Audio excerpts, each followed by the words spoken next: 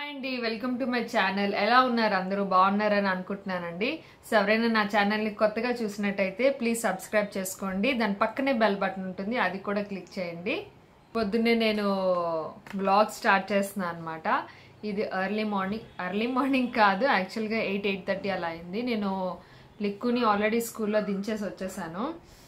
So నాకెందుకో ఒక్కసారి మీ అందరితో మాట్లాడాలనిపించి ఈ క్లిప్ షూట్ చేస్తున్నాను అనమాట. యాక్చువల్గా మీకు తెలుసు కదా, నాకు కొంచెం బాగాలేదు.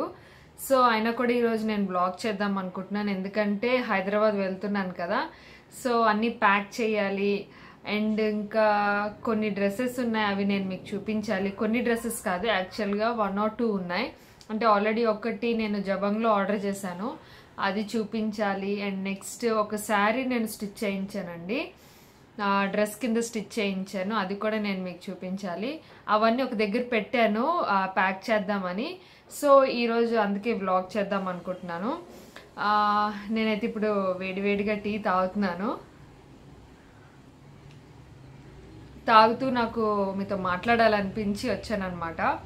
హెల్త్ ఇప్పుడిప్పుడే కొంచెం బాగానే ఉందండి, అంటే ట్యాబ్లెట్స్ వాడుతున్నాను కాబట్టి సో పర్వాలేదు. అండ్ ఈరోజు కర్రీ అయితే పన్నీర్ ఉంది ఆల్రెడీ. అది ఎక్కువ రోజులు మనకి నిలువున్న పాడైపోతుంది కదా, సో పన్నీర్తో కొంచెం కర్రీ చేద్దాం అనుకుంటున్నాను యాక్చువల్గా. ఎందుకంటే ఫ్రైలా చేసిన పన్నీర్ ఫ్రై రైస్లో తినడానికి అంత బాగుండదు కదా, సో కొంచెం టమాటా అవి వేసి కర్రీలా చేద్దాం అనుకుంటున్నాను. అది కూడా నేను మీకు యాడ్ చేస్తాను.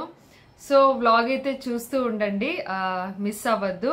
నేను ఫైనల్గా నాకు కొంచెం ఈవినింగ్ అలా ఓపిక వచ్చేసరికి నేను ప్యాకింగ్ చేసుకోవడం అవన్నీ నేను యాడ్ చేస్తాను. అండ్ శారీ డ్రెస్ స్టిచ్ చేయించాను అన్నాను కదా, సో అది కూడా నేను మీకు చూపిస్తాను. ఓకేనా, చూస్తుండండి వ్లాగ్ మొత్తం.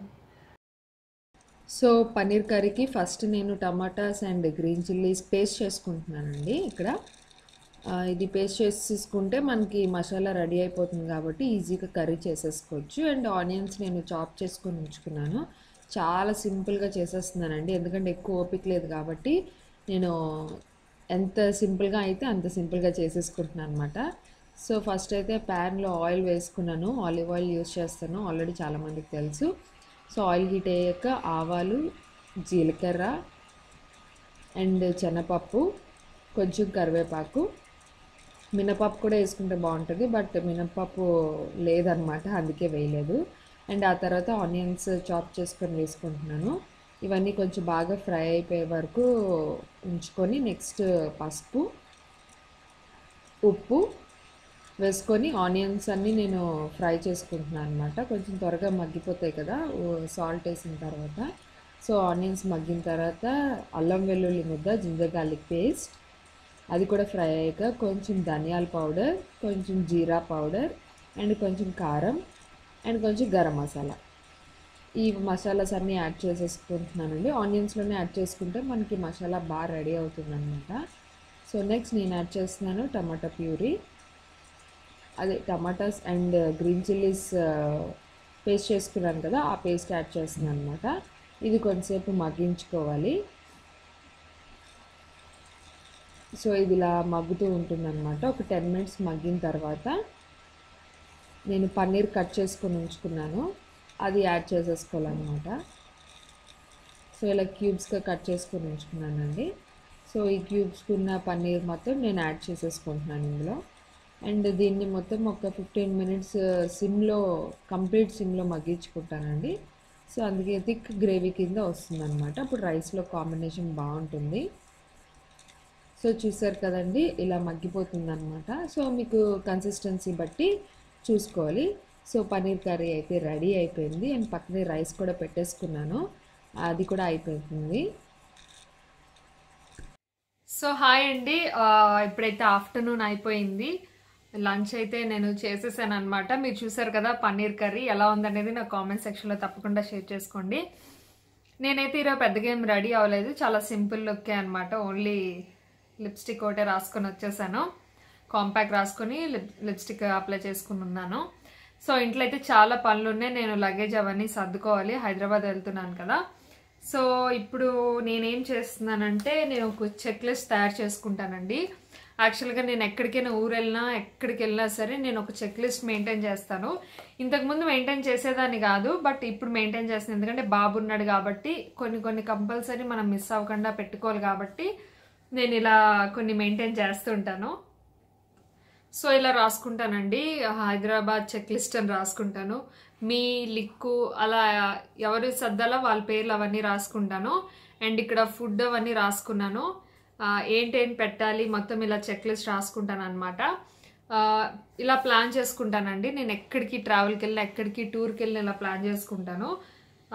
మొత్తం అది అయిపోయిన తర్వాత ఇది సర్కిల్ చేసుకుంటాను. So end of the day నేను మళ్ళీ ఇది చెక్ చేసుకుంటాను, ఇందులో అన్ని పెట్టానా లేదా అనేది. ఇది నా రెగ్యులర్ అలవాటు అనమాట. యాక్చువల్గా లిక్కు పుట్టిన తర్వాత ఇది నాకు బాగా నేను అలవాటు చేసుకున్నాను. ఇది ఒక మంచి పద్ధతి అండి. ఎక్కడికైనా ట్రావెలింగ్కి వెళ్ళినప్పుడు పిల్లలతో ఖచ్చితంగా మనం ఏదో ఒకటి మర్చిపోతాం. నేనైతే ఖచ్చితంగా ఏదో ఒకటి మర్చిపోతూ ఉంటాను. ఎక్కడికి వెళ్ళా అరే ఇది మర్చిపోయాను అనుకుంటాను అనమాట. సో అందుకే అది నేను స్కిప్ చేయడం కోసం ఇలా చెక్ లిస్ట్ ఒకటి ప్రిపేర్ చేసుకుంటాను ఖచ్చితంగా. ఈవెన్ చిన్నదైనా సరే నేను రాసుకుంటానండి. ఎప్పుడు గుర్తొచ్చినా కూడా 3-4 డేస్ ముందు నుంచే ఇది నేను రాసుకుంటాను అనమాట. చిన్నది నాకు ఏం గుర్తొచ్చినా కూడా నేను రాసుకుంటాను. ఆ టైంకి నాకు నెసెసరీ పెట్టాలి బ్యాగ్లో అనుకుంటే కనుక అప్పుడు పెడుతూ ఉంటాను అనమాట. సో ఇలా నేను ఇప్పుడైతే నేను బ్యాగ్ సర్దుకోవాలి. నేను మళ్ళీ మిమ్మల్ని కలుస్తాను, ఓకేనా?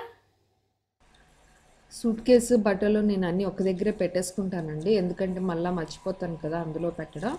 అందుకే ఒక బెడ్ మీద ఏమేమి పెట్టాలి అవన్నీ పెట్టేసుకొని ఒకేసారి సర్దేసుకుంటాను అనమాట. ఇలాగా ఎంతమంది ఇలా సర్దుకుంటారు? సో ఇప్పుడైతే 7 అయిందండి, ఈవినింగ్ అయిపోయింది. సో నా వర్క్స్ అన్ని మ్యాక్సిమం చేసుకున్నాను, కొంచెం పెండింగ్ ఉన్నాయన్నమాట. బ్యాగ్ అయితే సర్దేశాను కంప్లీట్గా.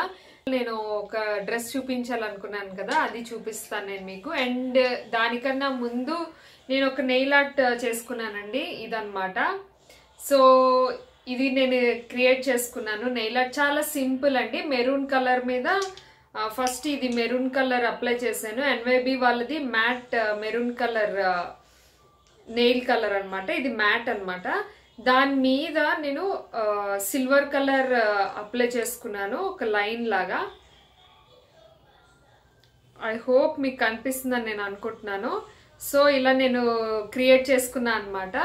అండ్ దాని మీద నేను మ్యాట్ కాబట్టి ఇది అప్లై చేసుకున్నాను, అందుకే నాకు కొంచెం గ్లాసీ లుక్ వచ్చింది. మామూలుగా అయితే ఇది మ్యాట్ కాబట్టి మ్యాట్ లుక్ వస్తుంది, నాకు అలా ఇష్టం లేదు. అందుకనే నేను గ్లాసీ లుక్ కోసం ఇలా చేసుకున్నాను అనమాట. సో ఈ నెయిల్ పెయింట్ ఎలా ఉన్నది అన్నది నాకు కింద కామెంట్ సెక్షన్ లో చెప్పండి ఖచ్చితంగా. సో ఇది నేను రీక్రియేట్ చేసుకున్నా. అండ్ నెక్స్ట్ ఒక శారీ ఉందండి, ఆ శారీ నేను మీకు ఇక్కడ యాడ్ చేస్తాను, శారీ తాలూకా ఫోటో యాడ్ చేస్తాను. సో ఆ శారీని నేను డ్రెస్ లాగా కుట్టించాను అనమాట. సో ఆ డ్రెస్ అయితే ఇదే, కిందంతా ఇలా వస్తుందండి. అంటే మొత్తం శారీ మొత్తం ఇదే అనమాట. దానికి ఇచ్చిన బార్డర్ ఇదంతా మొత్తం ఇదంతా శారీలోదేనండి. అండ్ ఇది half and half sari. So half and half లో నాకు సో డ్రెస్ అయితే ఇది ఇలా ఉందండి. అవుట్ఫిట్ అయితే ఇలా వచ్చింది అనమాట, బాగా వచ్చిందని నేను అనుకుంటున్నాను. ప్రైస్ అయితే ఇది స్టిచ్చింగ్ కి 1000 రూపీస్ తీసుకున్నారండి. కంప్లీట్ గా ఇక్కడ ఫ్లేర్స్ లా పెట్టారు కదా, సో ఇలా ఇదంతా చేయడానికి నాకు టాప్ స్టిచ్చింగ్ కి 1000 రూపీస్ పడింది. సో ఇది కంప్లీట్ గా బ్యాక్ కూడా ఎలా వస్తుందంటే కంప్లీట్ బ్యాక్ ప్లెయిన్ అనమాట ఇక్కడ వచ్చింది. అండ్ మొత్తం ఫ్రాక్ మోడల్ కుట్టించుకున్నాను నేను. ఇది ఎల్బో స్లీవ్స్ వరకు పెట్టించుకున్నాను. ఇది ఇక్కడ కూడా వర్క్ కావాలంటే పెడతారండి, చాలా వర్క్ ఉంది శారీకి అయితే. కానీ నేనే వద్దన్నాను, మరీ హెవీ వర్క్ అయిపోతుందని. ఓన్లీ ఈ పార్ట్ మాత్రమే ఆ వర్క్ నేను స్టిచ్ చేయించాను. సో ఇది డ్రెస్. హోప్ మీ అందరికీ నచ్చుతుందని నేను అనుకుంటున్నాను. ఎలా ఉందనేది నాకు కామెంట్ సెక్షన్ లో చెప్పండి. అండ్ ఇంకొకటి ఏంటంటే ఈ డ్రెస్ గురించి ఇంకొక డీటెయిల్ నేను మీకు ఇవ్వాలనుకుంటున్నానండి. నేను మీట్ అండ్ గ్రీట్ పెడుతున్నాను కదా హైదరాబాద్ లో. సో ఆ మీట్ అండ్ గ్రీట్ కి నేను ఈ డ్రెస్ వేసుకుందాం అనుకుంటున్నాను. యాక్చువల్ గా బ్లాక్ కలర్ అనుకున్నాను, బ్లాక్ అంటే మళ్ళీ చాలా మంది వేసుకోరు కదా, కొంచెం బ్లాక్ అంటే బాగోదేమో అనుకుంటారు. సో అందుకనే నా రిక్వెస్ట్ ఏంటంటే నా సబ్స్క్రైబర్స్ ఎవరైతే వస్తున్నారో సో వాళ్ళందరూ ఇలాంటి మెరూన్ కానీ ఈ బ్లూ కానీ సో ఈ దగ్గర కలర్ లో ఏదైనా డ్రెస్ ఉంటే వేసుకొని రండి. అంటే కొంచెం యూనిటీగా ఉంటుంది కదా మనకి అనేసి యాక్చువల్గా అందరూ వైట్ వేసుకుందాము లేకపోతే అందరూ బ్లాక్ వేసుకుందాము ఇలా చెప్దాం అనుకున్నాను. నా మైండ్లో అయితే అది ఉందన్నమాట. బట్ ఎంతవరకు అది కుదురుతుందో కుదరదో నాకు ఐడియా లేదు.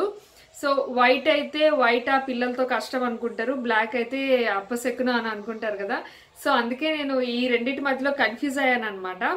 So obviously red and blue చాలా అందరు మ్యాక్సిమం ఉంటుందండి. రెడ్ కలర్ కానీ బ్లూ కలర్ కానీ చాలా మంది దగ్గర ఉంటుంది. సో ఈ కలర్కి దగ్గరలో మీకు ఎలాంటి డ్రెస్ ఉన్నా కూడా వేసుకున్నాండి. మొత్తం మన టీం అంతా బ్రైట్గా ఉండాలని నేను అనుకుంటున్నాను.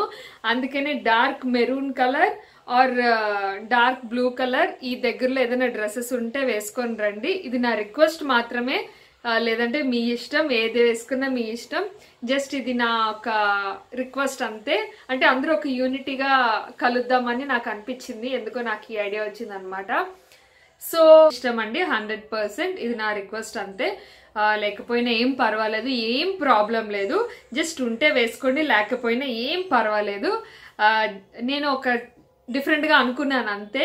అంటే అందరూ యూనిటీగా ఒక బ్రైట్గా కనిపిస్తారు మన టీం అంతా అక్కడికి వస్తే అని నా ఫీలింగ్ అనమాట. హోప్ ఒక్కరు వచ్చినా చాలండి నాకు మీట్ అండ్ గ్రీట్కి. ఒక్కరు వచ్చినా ఐఎమ్ సో హ్యాపీ. ఎంతమంది వస్తారు నాకైతే ఐడియా లేదు. సో ఇంతేనండి, ఈ వ్లాగ్ ఇక్కడితో నేను క్లోజ్ చేస్తున్నాను. హోప్ మీ అందరికీ ఈ వ్లాగ్ నచ్చిందని నేను అనుకుంటున్నాను. ఒకవేళ నచ్చితే కనుక please subscribe to my channel, like చేయండి, షేర్ చేయండి, కామెంట్ చేయండి. Thanks for watching. Take care, bye.